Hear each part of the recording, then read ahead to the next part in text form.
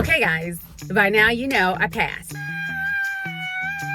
So I want to give the top 5 tips that you need to know if you are preparing to attend Basic Skills Lab within the next 2 weeks. First tip, attend cohorts and schedule a meeting. This is what I did. Within the 2 weeks of preparing for Basic Skills Lab, I attended practice with the CI, I attended watch party, and I also attended the bingo and the Jeopardy. And I also did an additional appointment with her to practice my medication administration. That was extremely helpful.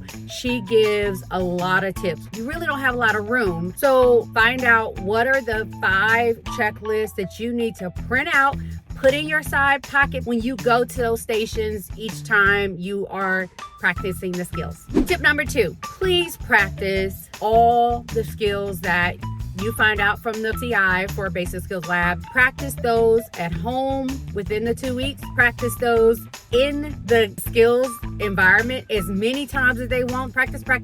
Time yourself to practice. You'll get 30 minutes for 3 to 4 skills. On our pacing guide or course schedule, they have videos highlighted in blue, and those are the videos they want you to focus on for skills. In that cohort, ask our instructor which videos are most important to focus on. Watch those videos so you could find out which videos are going to be played in the days 1 through 3. Practice.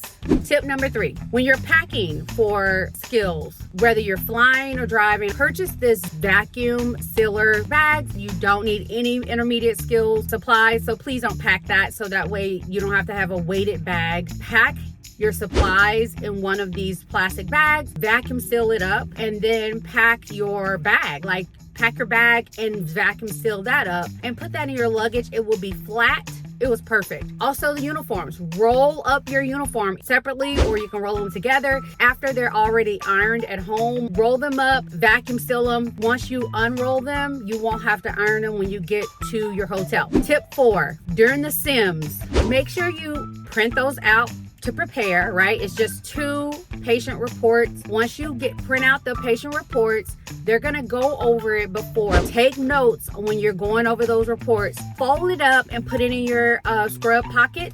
So once you go into Sims, you'll have those notes that we all discussed about. You'll be a little prepared. So if you gotta pull it out while you're serving as whatever nurse in those simulations, at least you'll have some of the notes that you discuss as a class for each simulation, and have fun. Okay, and the final tip is Skills Lab and simulations is a learning environment. It's already stressful enough that we're applying things that we're learning. We got to think about day 4 where we're trying to pass everything and learn it and apply it in a timely manner. So if there is a situation where your fellow nursing student is processing a scenario differently than you would, give them grace. Skills and scenarios are already a stressful environment. We want to build a team environment where we can have a safe place when we're at skills.